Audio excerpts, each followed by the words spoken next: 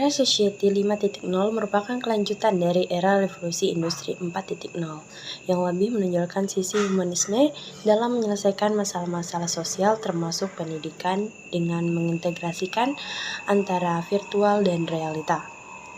Pendidikan merupakan suatu sistem fungsional yang saling berkaitan. Terdapat 4 komponen yang saling berkaitan itu adalah pendidik atau tenaga pendidikan, anggaran dana, sarana prasarana, dan kebijakan pemerintah, dan komponen yang paling utama dan strategis.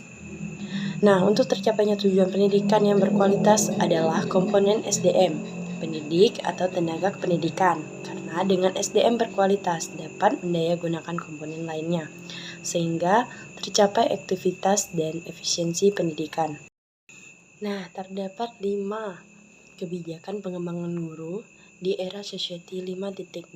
Yang pertama, standar kualifikasi akademik guru. Kualifikasi akademik guru yang dimaksud adalah pendidikan terakhir guru, minimal D4 atau S1 dari program studi yang terakreditas dengan kompetensi yang sesuai dengan mata pelajaran yang diajarkan atau diampu, sebagaimana tertuang dalam pasal 1 Undang-Undang Nomor 14 Tahun 2005.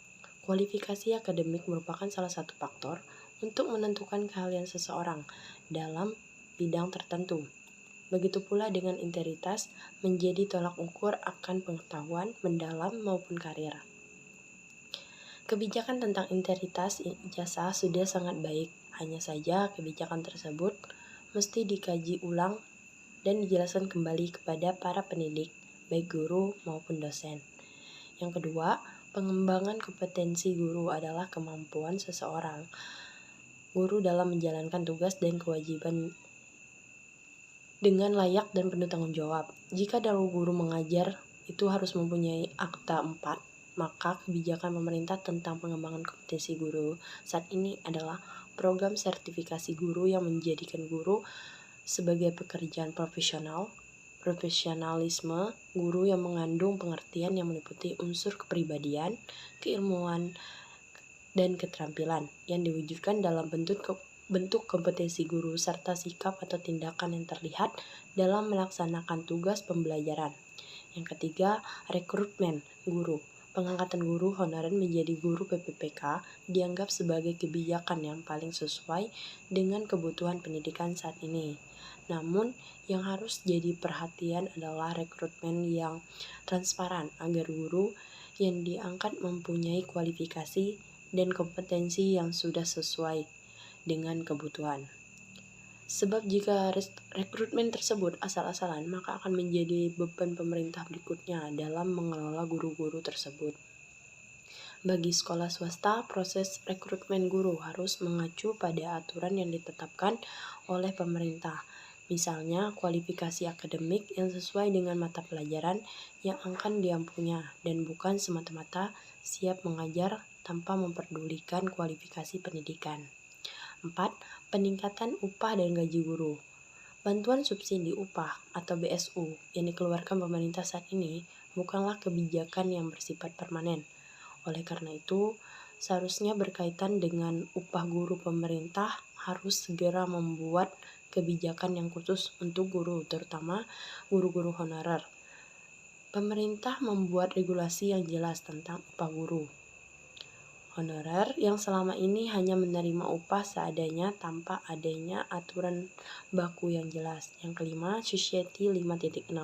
Era Society 5.0 dapat diartikan sebagai suatu konsep masyarakat yang berpusat pada manusia dan berbasis teknologi.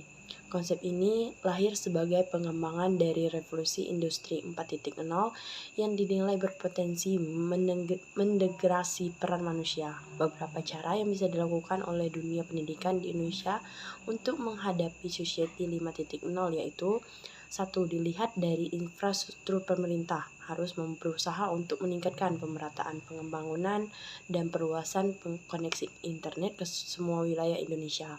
Yang kedua, dari segi SDM yang bertindak sebagai pengajar harus memiliki keterampilan di bidang digital dan berpikir kreatif. Yang ketiga, pemerintah harus bisa menyinkronkan antara pendidikan dan industri agar nantinya lulusan perguruan tinggi maupun sekolah dapat bekerja sesuai dengan bidangnya.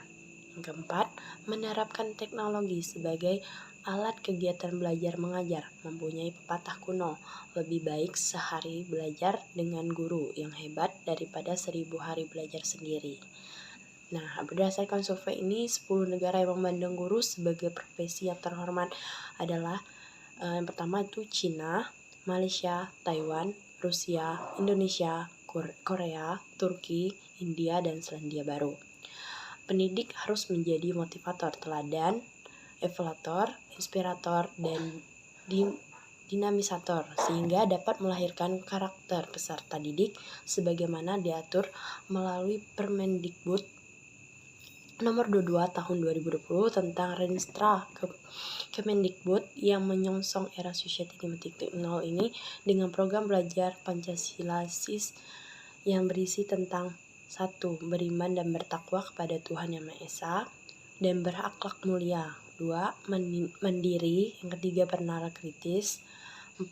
Kreatif dan tidak berfokus hanya pada kognitif. 5. Bergotong royong. Dan 6. Kebinekaan global.